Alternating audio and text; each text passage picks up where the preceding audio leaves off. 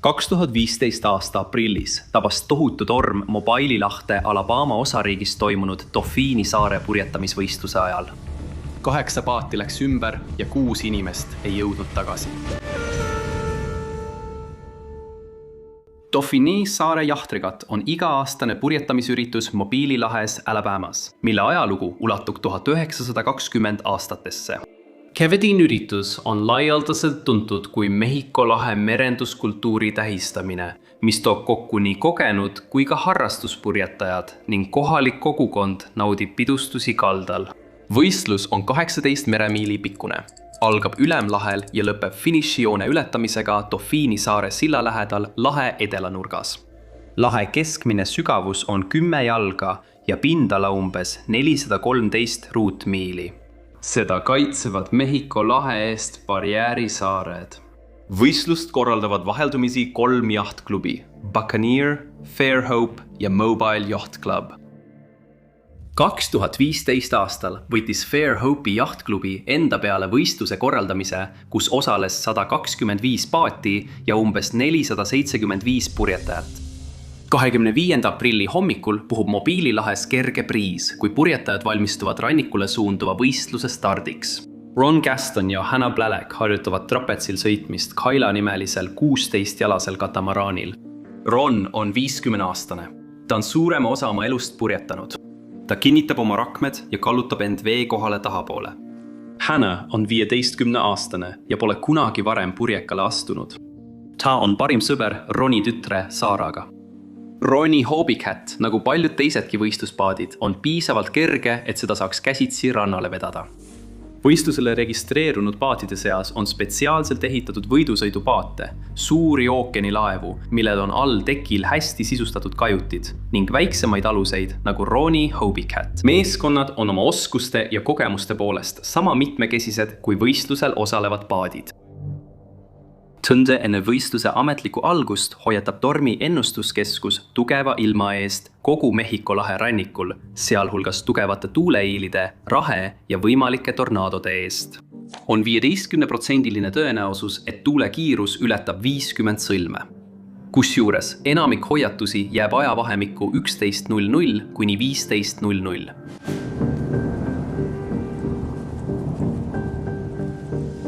Veekogul edastab ametnik raadioside kaudu klubi kontorile palve avaldada stardinimekiri.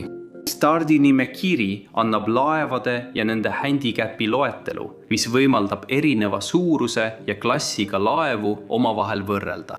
Kontor kuuleb aga hoopis, et võistlus tuleb tühistada. Kell 07.57. Kui purjetajad kogunevad lahele, et alustada kell 9.30, edastab jahtklubi veebileht teate. Võistlus on ilma tõttu tühistatud. Mobile'i riiklik ilmateenistus annab välja ohtliku ilmaprognoosi, millele järgneb kell 8.08 kriitiline hoiatus äikesevihmade kohta läänest. Kell 8.10 eemaldatakse tühistamisteade veebilehelt. Meil oli eelmisel õhtul siin üks inimene Noast, kes andis meile ilmaolude kohta ülevaate. Kui oled purjetanud Mobile'i lahel, siis tead, et see võib ühel hetkel olla ilus, järgmisel hetkel rahulik ja siis võib päikesetorm kohe sisse tulla. Gary Garner, Fairhope'i jahtklubi Commodore, annab käsu võistluse jätkamiseks. Ta selgitab, et varem välja antud tühistamisteade oli lihtsalt kahetsusväärne viga. See tekitab vee peal segadust ning seetõttu lükatakse võistluse algus edasi kella 9.30, 10.30.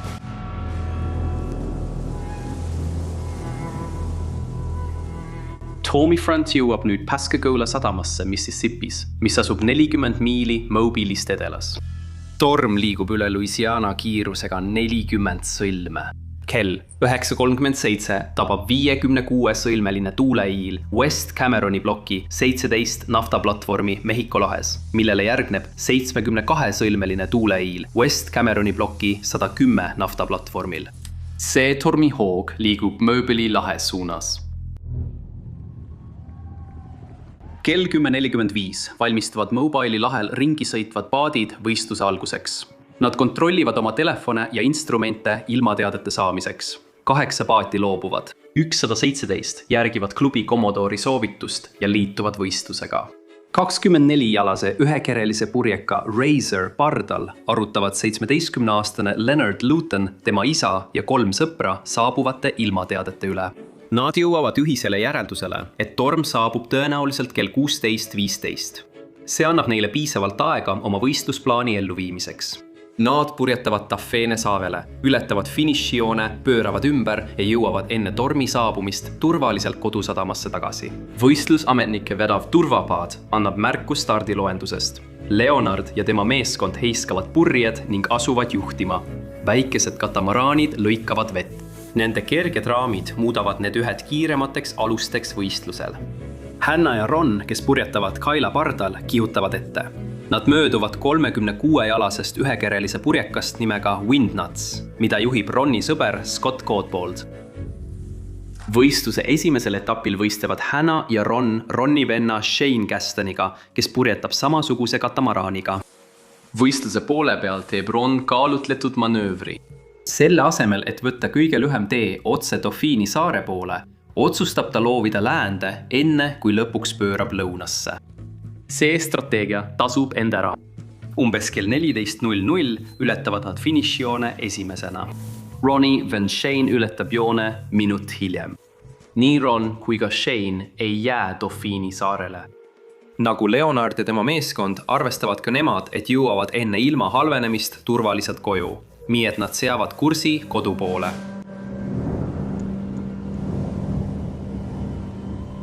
Veidi enne kella 15:00 hakkab taevas läänes tumenema, kui äikesetormid lähenevad Mobile'i lahele.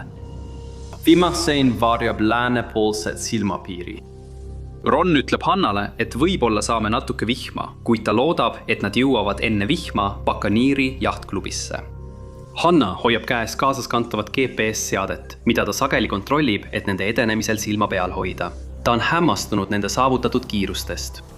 Ta riputab GPS-i paela endale kaela ja pistab GPS-seadme päästevesti sisse. Torm, mis sai alguse Texases, liigub üle 3 osariigi, et jõuda Mobile'i lahe läänepoolsetesse servadesse. Oma teekonnal muutub see 3 eraldiseisvaks tormirakuks.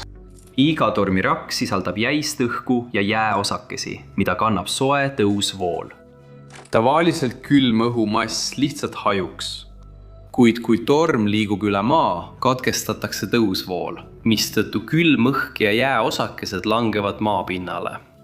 Kui need jääosakesed langevad tagasi maale, tekitavad nad tugeva allavoolu. Kui need langevad ja jää sulab, aurustub vesi, mis toidab allavoolu ning suurendab selle jõudu. See tekitab tormi alla külma õhumassi, mis põhjustab tugevaid tuuleiile. Jahutav mõju tugevneb, kui külm õhumass kohtub Mobile'i lahe ümber oleva kuiva õhukihiga. Temperatuuri langemisel muutub õhk tihedamaks, tõstab õhurõhku ja tugevdab tuuleiile. Ilmajaamad Mobile'i lahe ümbruses tuvastavad selle temperatuuri languse ja õhurõhu tõusu.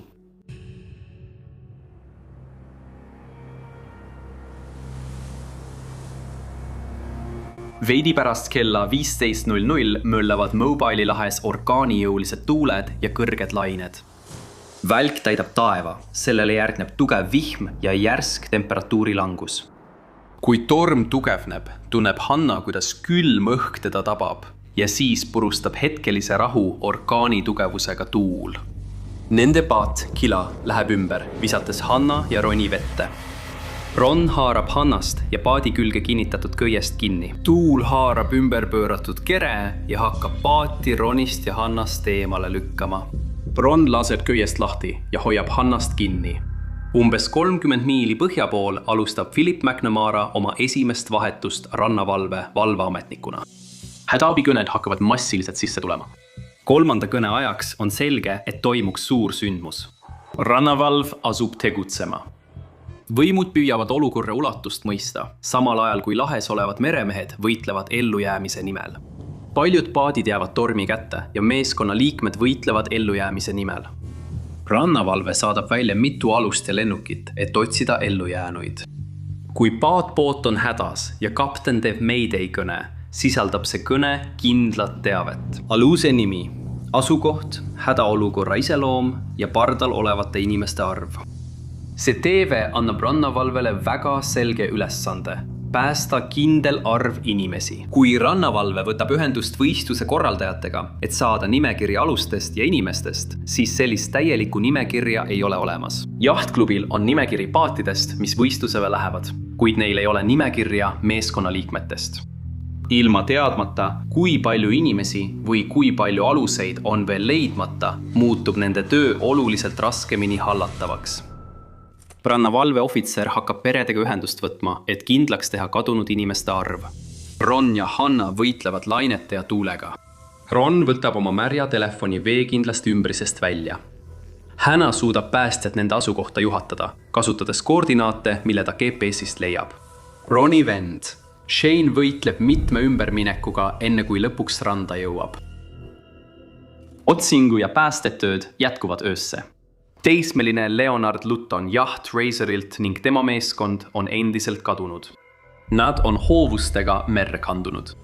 5 päeva jooksul, 25. kuni 30. aprillini, viib rannavalve läbi 145 otsingut, kattes 7500 ruutmiili suurust ookeaniala. Päästjad liiguvad ühelt ümber läinud aluselt teisele, lootuses leida ellujäänuid. Pärast tunde vees olemist korjab rannavalve Leonard üles. Üks tema meeskonnaliikmetest leitakse surnuna ja teist ei leita kunagi üles. Jahtklubi ees seisavad erinevates kohtuasjades nõuded, mis ulatuvad üle $7 miljoni. Nad lubasid võistlusel jätkuda, teades, et sel päeval tabab lahte mingil hetkel ränk ilm. Neil polnud ka täielikku nimekirja võistlusel osalejatest. Võistluse korraldajad on sellest ajast tihedalt koostööd teinud rannavalvega, et parandada meeskondade ja paatide andmete kogumist võistluste ajal. Aga see ei vabasta kapteneid ja meeskonda ilma hoiatuste eiramisest. 8 paati loobusid võistlusest, võttes vastutuse oma meeskonna ohutuse eest. 8 paati upus, 40 inimest päästeti, 6 meremeest on surnud.